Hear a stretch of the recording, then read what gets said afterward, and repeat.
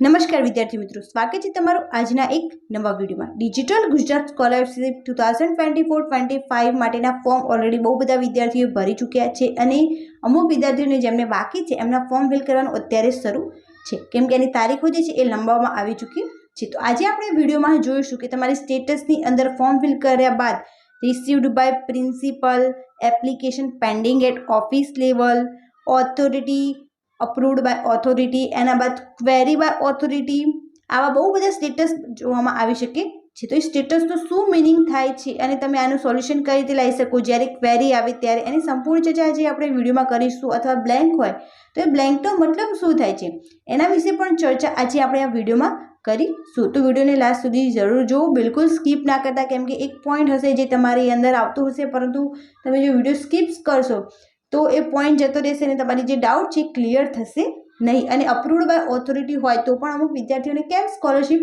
નથી આવતી એના વિશે પણ આજે આપણે વિડીયોમાં વાત કરીશું। તો શરૂ કરીએ આજનો આ વિડીયો। તો સૌથી પહેલાં જોઈએ કે રિસીવ્ડ બાય પ્રિન્સિપલ જો તમારે લખેલું હોય તો એનો મિનિંગ શું થાય છે। રિસીવ્ડ બાય પ્રિન્સિપલ મીન્સ તમે જે ફોર્મ ફિલ કરી અને તમારા ડોક્યુમેન્ટ જે કોલેજની અંદર આપ્યા છે એ કોલેજને જે છે એમને મળી ગયા છે, એનો એવો મતલબ થાય છે કે એમને ઓફિસની અંદર જે પ્રિન્સિપલ હોય અથવા જે હેડ ઓફ કોલેજ હોય એમને સબમિટ કરી દીધા છે અને જ્યારે અપ્રૂવ કરશે તમારું ફોર્મ જે છે એ સમાજ કલ્યાણ સચિવાલય સુધી પહોંચી ગયું છે અને લાસ્ટમાં તમને અપ્રુવડ બાય ઓથોરિટી એવો ઓપ્શન્સ આપવામાં આવશે અને ત્યારબાદ તમારી સ્કોલરશિપ જે છે 1 મહિનાની અંદર તમારી અંદર ડિપોઝિટ થઈ જશે। તો રિસીવ્ડ બાય પ્રિન્સિપલનો મતલબ થાય છે કે તમારું જે ફોર્મ જે છે એ તમારી ઓફિસની અંદર, કોલેજની ઓફિસની અંદર પહોંચી ગયું છે।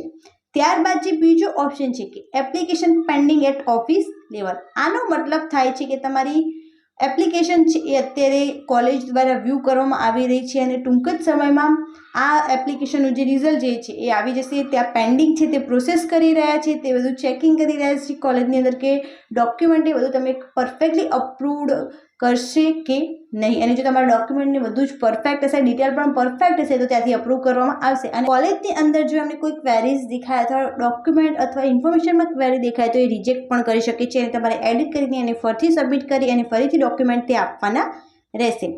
ત્યારબાદ એક જોઈએ કે ક્વેરી બાય ઓથોરિટી, આવો પણ તમને ઓપ્શન્સ જોવા મળી રહી શકે છે। Query by authority means authority દ્વારા ઓપ્શન્સ દેવામાં આવ્યો છે કે તમારે કઈ કઈ ઇન્ફોર્મેશનમાં એમની ભૂલ લાગે છે તો તમે આ પ્રમાણે એડિટનું ઓપ્શન આપેલું છે, ત્યાં જઈને જે ડિટેલ એમને કીધી હોય એ પ્રમાણે એને એડિટ કરી અને ફરીથી તમે જે છે એ ફોર્મ સબમિટ કરી શકો છો અને તમારે ફરીથી બધા જ ડોક્યુમેન્ટ જે છે કોલેજની અંદર સબમિટ કરવાના રહેશે। અહીંયા તમે જોઈ શકો છો કે તમે લાસ્ટ સેમની માર્કશીટ નથી આપી અથવા તો કોઈ ડિટેલ ખોટી મૂકી છે અથવા તમે જે ફોટો સેન્ડ કર્યો છે એ પ્રોપર નથી, તો એ બધું તમારે ફરીથી અપલોડ કરવાનું રહેશે અને ફરીથી એને સબમિટ કરવાનું રહેશે, જેથી જેટલું બને એટલું ઝડપથી ફોર્મ ફિલ કરો, જેથી કોઈ પણ ક્વેરીઝ આવે તો તમે એની યુઝ્યુઅલી સોલ્યુશન લાવી શકો અને ફોર્મ ફિલ કરવાનું બાકી હોય તો તમે અહીં એડિટ કરી અને એને ફરીથી સબમિટ કરાવી શકો। ત્યારબાદ એક ઓપ્શન આવે છે કે reject application or close by cancel by citizen, means તમારા દ્વારા જે એપ્લિકેશન વિડ્રો થઈ ગઈ છે અથવા કેન્સલ કરી દેવામાં આવી છે, આ કેસમાં તમારે શું કરવું, તમે નવું ફોર્મ ફિલ કરી શકો છો અને એને ફરીથી જે છે એ અપ્લાય કરી શકો છો। જો તમે આના માટે ડોક્યુમેન્ટ કોલેજમાં પહેલેથી આપી દીધા હોય તો તમારે ફરીથી આને કેન્સલ કરાવી અને બીજું એપ્લિકેશન તમે ઓલરેડી ભરેલી હોય એના ડોક્યુમેન્ટ તમારે સબમિટ કરવાના રહેશે। તો આની અંદર તમારે કોઈ ટેન્શન લેવાની જરૂર નથી, આ તમે જ કેન્સલ કરેલી છે, મીન્સ તમે ફરીથી નવું ફોર્મ ફિલ જે છે એ ફિલ કરી શકો છો।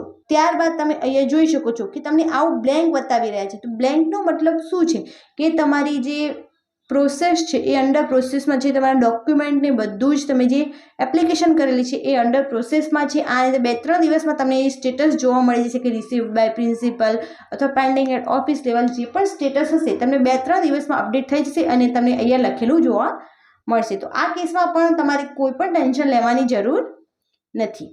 ત્યારબાદ જે લાસ્ટ જે છે અપ્રુવડ બાય ઓથોરિટી, તો approved by authority means authority દ્વારા તમારું જે ફોર્મ છે એ અપ્રૂવ કરી દેવામાં આવ્યું છે, તમારી વેરિફિકેશન થઈ ગયું છે, ડેટા વેરિફિકેશન સાથે સાથે ડોક્યુમેન્ટ વેરિફિકેશન પણ થઈ ગયું છે, મીન્સ તમને હવે સ્કોલરશિપ ચોક્કસપણે મળવાપાત્ર રહેશે। આની અંદર 20% નહીં 40% જે સ્કોલરશિપ છે એ સ્ટેટ દ્વારા આપવામાં આવે છે અને 60% જે સ્કોલરશિપ છે એ સેન્ટ્રલ દ્વારા આપવામાં આવે છે, મીન્સ 40% તમને સ્ટેટ સ્કોલરશિપ આપે છે અને 60% જે છે એ સેન્ટ્રલ દ્વારા સ્કોલરશિપ આપવામાં આવે છે. તો અમુક વિદ્યાર્થીઓ કહેતા હોય છે કે એમને હાફ જ સ્કોલરશિપ મળી છે, તો મીન્સ એમને સ્ટેટ દ્વારા મળી ચૂકી છે અને સેન્ટ્રલ દ્વારા હજુ મળવાની બાકી છે. અને અપ્રુવડ બાય ઓથોરિટી હોય તો પણ બહુ બધા વિદ્યાર્થીઓને સ્કોલરશિપ નથી આવી. તો તમે જે સમાજ કલ્યાણ સચિવાલય છે ત્યાં જઈને આની જે પ્રોપર સ્ટેટસ છે કે તમારી કેટલી સ્કોલરશિપ ક્યાં સુધી પહોંચી છે એનું સંપૂર્ણ માહિતી લઈ શકો છો. જો તમારે 9 મહિના સુધી સ્કોલરશિપ ના આવે તો તમે આ કામ કરી શકો